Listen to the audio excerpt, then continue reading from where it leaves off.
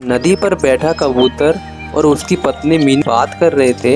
इन दोनों पति पत्नी में बहुत प्यार है। एक मेरा पति है, हर समय मुझसे लड़ाई करता है, मैं छुपकर इनकी बातें सुनती हूँ। फिर गोरी कोवी कबूतर के पास जाकर झाड़ी में छुपकर उनकी बातें सुनने लगती है।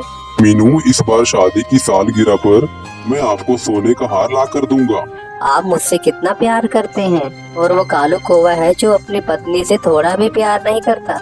बस उसकी काली काली जुबान चलती है। काली कोवी अपने पति का ख्याल रखे तो कालू भी मेरे जैसा प्यार करेगा उससे। गंदी आंखें वाले कबूतर, मुझे भी गोरी कहते हैं। अब देखो, मैं किसी न किसी तरह तुम दोनों के बीच लड़ाई करवा कर ही रहूंगी। दूसरे दिन मीनू कबूतरी अपने पति के लिए खाना बना रही थी।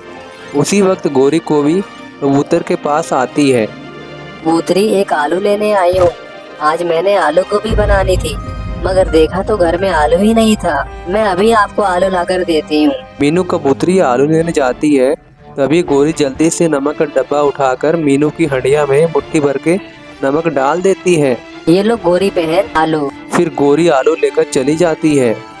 शाम को गोरी कालू से कहती है, कालू जी, आज कबूतर और कबूतरी की लड़ाई होने वाली है। मगर कबूतर तो अपनी पत्नी से बहुत प्यार करता है, क्योंकि उसकी पत्नी बहुत अच्छी है, तुम्हारी तरह नहीं लंबी जबान वाली।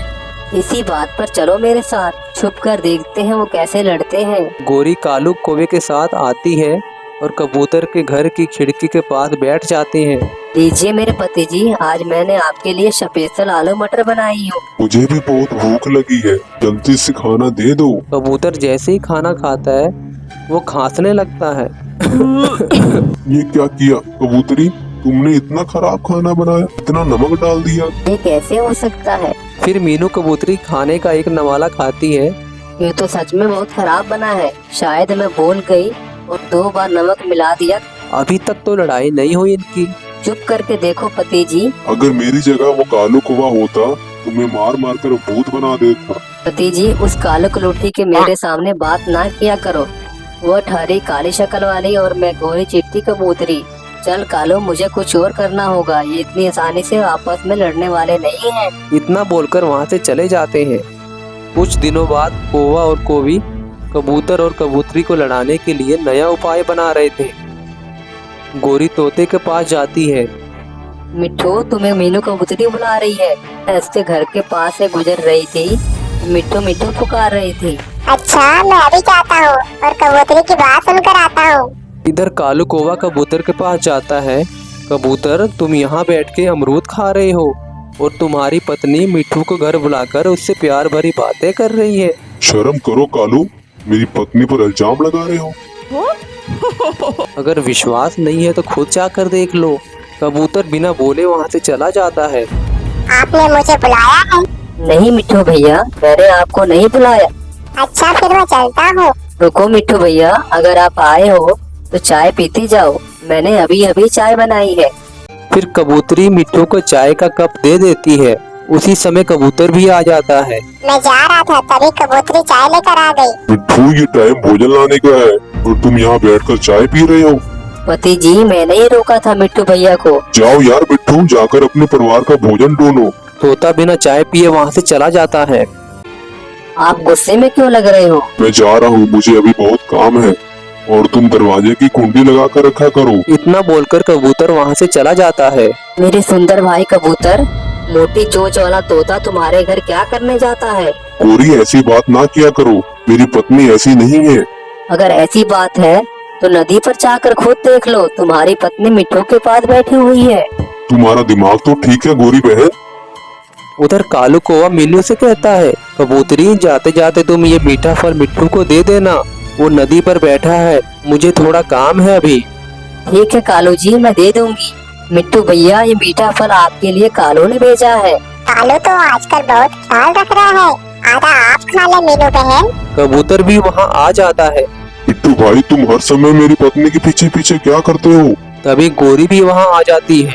ये सारा दोस्त तुम्हारी पत्नी का है, जब देखो मिट्टू के पास बैठी रहती है। झूठ मत बोलो, मुझे कालू ने ये फल मिट्टू को देने के लिए कहा था। कालू भी आ जाता है। इतना बड़ा झूठ। मीनू बहन, मैं तो सुबह से अपने घर में सोया था। मीनू, तुम घर जाओ। ये झूठ है, मुझे फंसाने की कोशिश कर रहे हैं। ये जरूर गोरी की कोई साजिश है। ये कालू कौवा तुम्हें लड़वाना चाहता है कबूतर। मिट्टू भी वहाँ से चला जाता है। पति जी चलो घर चले, इनकी बातों में ना आए। मीनू, तुमने मेरा विश्वास तोड़ा है। दूर हो जाओ मेरी नजरों से। मुझे बहुत गुस्सा आ रहा है तुम पर। शक्ल से तो ऐसी दिखती नहीं, लेकिन इसके काम देखो कालू जी। कबूतरी भी गुस्सा होकर घर चली जाती है। तुम चिंता ना करो कबूतर, तुम्हारी बहन गोरी है ना। चलो मेरे घर, मैं आपको खाना देती हूँ। 2-4 दिन घर से खाना मत खाना, और थोड़ा गुस्सा दिखाओगे तो वो सीधी हो जाएगी। फिर कबूतर कालू के साथ चला जाता है। लो खाना खाओ मेरे कबूतर भाई। अगर मैं ऐसा काम करती तो कालू जी मुझे डंडा से मारते। कबूतर मेरे यार, घर जाकर उसकी धुलाई करो, फिर ही वो सुधरेगी। मैं उसे घर से ही निकाल दूंगा आज। खाना खाकर कबूतर चला जाता है। कालू जी अपना बदला पूरा हुआ। आज मैं अपने घर नहीं जाऊंगा। आज रात मैं अपने दोस्त कोबे के पास सो जाता हूँ। ऐसा सोचकर कबूतर वापस मुड़ता है। कालू जी किसी तरह से एक बार फिर से मोटी चोंच वाले तोते को कबूतरी के पास भेज दो। तुम फिक्र मत करो, मैं भेज दूंगा, और तुम भी कबूतर को लेकर आ जाना। मुझे भी गोरी कहते हैं, अब आएगा मजा उन दोनों की लड़ाई देखने में। किस्मत से कबूतर बाहर खड़ा होकर ये सब सुन लेता है।